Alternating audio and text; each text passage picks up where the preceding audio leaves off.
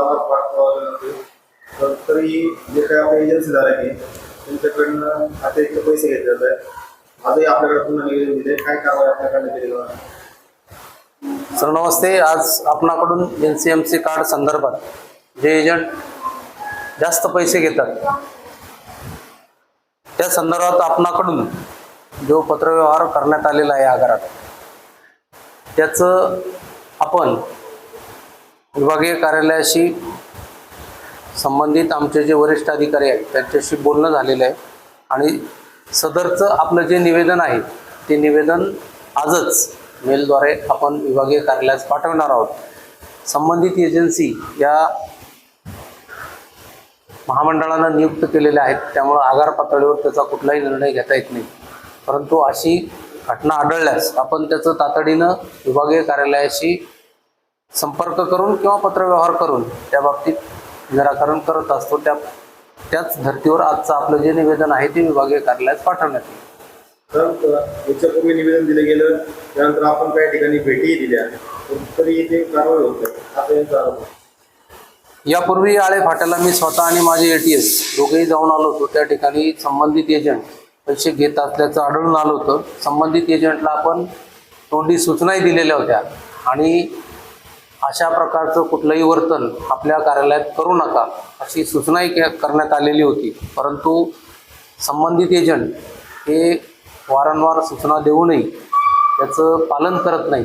त्यामुळं आज देखील मी आपल्या नारायणगाव आगाराचे ATS सहाय्यक वाहतूक अधीक्षक लांडे साहेब आणि संबंधित काम पाहणारे आमचे जे सहकारी आहेत वायकर, या दोघांनाही त्या ठिकाणी पाठवलेलं आहे. दोघांकडूनही ते निवेदन प्राप्त झाल्यानंतर त्याचाही पाठपुरावा विभागीय कार्यालयाशी करण्यात येईल.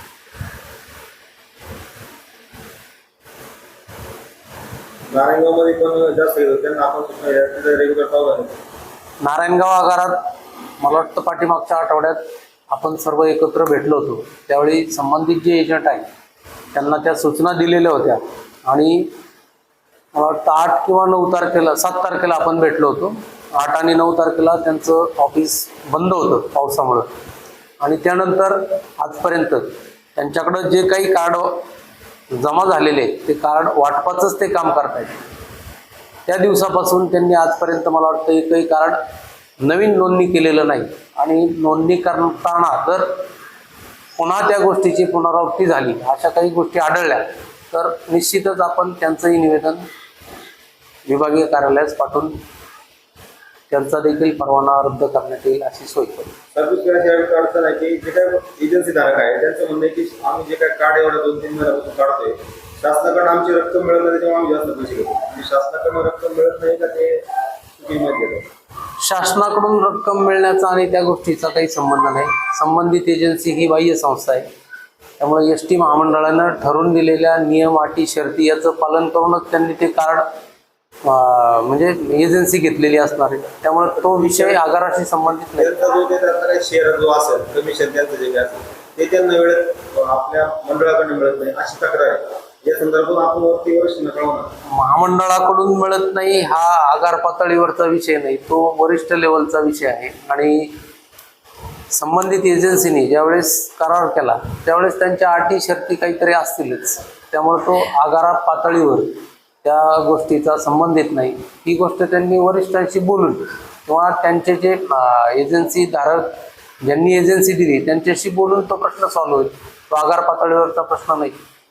यानंतर आपण या सर्व सरकारला काय सूचना करा, किती रुपये घ्यायचे आणि ते कार्डचं कसं मिळतं? माननीय मंत्री महोदय श्री आमचे जे परिवहन मंत्री साहेब आहेत त्यांनी स्पष्ट आदेश दिलेले आहेत. सर्व ठिकाणी महाराष्ट्र राज्यातल्या ज्या ज्या ठिकाणी NCMC कार्डचं एजन्सी धारक आहेत त्यांनी 199 रुपयातच ते कार्ड प्रत्येक लाभार्थ्याला द्यायचे. त्यामुळे त्याच्यापेक्षा जास्त रक्कम अदा कोण करत असेल किंवा मागणी करत असेल तर त्याचा आमच्यापर्यंत त्याची तक्रार आल्यास आपण ताबडतोब ती विभागीय कार्यालयाला पाठवतो. त्यामुळे ते एजन्सीला बंद करण्याचा अधिकार आपल्याला नाही, तो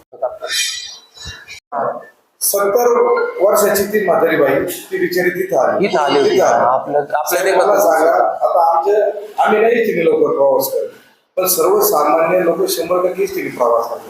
त्यांना आहे ना 50 रुपये 100 रुपये महत्वाचे. आता त्या दिवशी ती महिला आली, तिचा मुलगा तिला 1000 रुपये देतो महिन्याला खर्च आहे. किती? 1000 रुपये. ते 1000 रुपये पण सगळे चालू. तिला जर या कारणामध्ये जर 300 रुपये जर जात असेल तर ती बिचारी काय करणार? नाही नाही, बरोबर आहे ना. प्रत्येकाचं ते तुम्ही काय मी काय आणि ते आजी काय, शेवटी ते लोक सगळी सारखीच आहेत. हे काय असं काही वेगळं कोण नाही. ती आजी समजा माझी आईची, मी तोच विचार करणार ना. या सर्वसामान्यांचा विचार करायचा. बाकी काय. सर ते NCMC कार्डचं आहे ना, 300 रुपये घेतात ना ते आळे फाट्याला.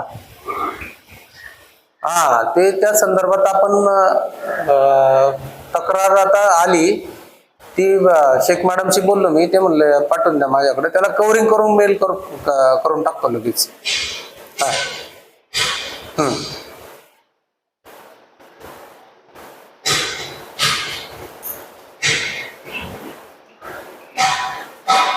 हो हो, आता मुद्दा टाकतो ना तो, रजिस्ट्रेशन साठी बंद करण्यात यावं म्हणून. म्हणजे त्या याच्यात ना तुम्हाला पत्र पाठवायचं त्याच्यात कव्हरिंग मध्ये. ठीक आहे ठीक आहे. हो य आता आबा तिथंच आहेत आळे फाट्याला लांडे. हा, पाठवतो लगेच. ठीक आहे ठीक, पाठवतो लगेच. हो, शेळके त्यांचं नाव काय? एजन्सीवाले गडगे का गाडगे. हा, तुम्हाला टाकतो लगेच. बाहेरच आहे, बाहेर स्टँडच्या पुढच्या बाजूला आहे सर.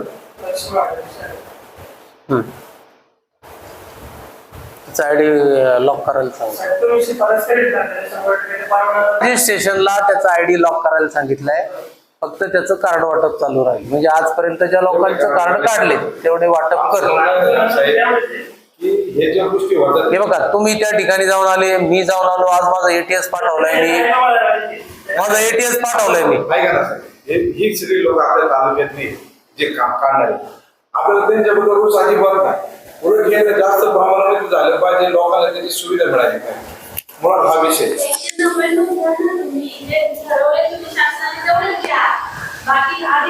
हे ना याची शासनाची एजन्सी नाही, दुसऱ्याला दिलेले आहे, थर्ड पार्टी.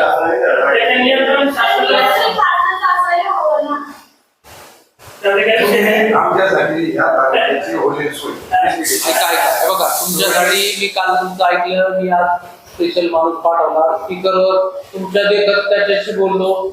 1 मिनिट, मी आज काय कुठला आडपडदा ठेवला नाही. तुमच्या देखत आता विभागीय कार्यालयाशी आमच्या ATS मॅडमशी बोललो. तिथून जे ऑपरेट करतात ते त्यांनी सांगितलं. आता साहेबांनाही सांगितलं, त्यांनी फोनवर मला डायरेक्ट सांगितलं त्याचं नाव पाठव, मला त्याचा आयडी लॉक करून टाक. नाही, माझं म्हणणं एवढंच आहे, तुम्ही जास्तीत जास्त एजंट नाही.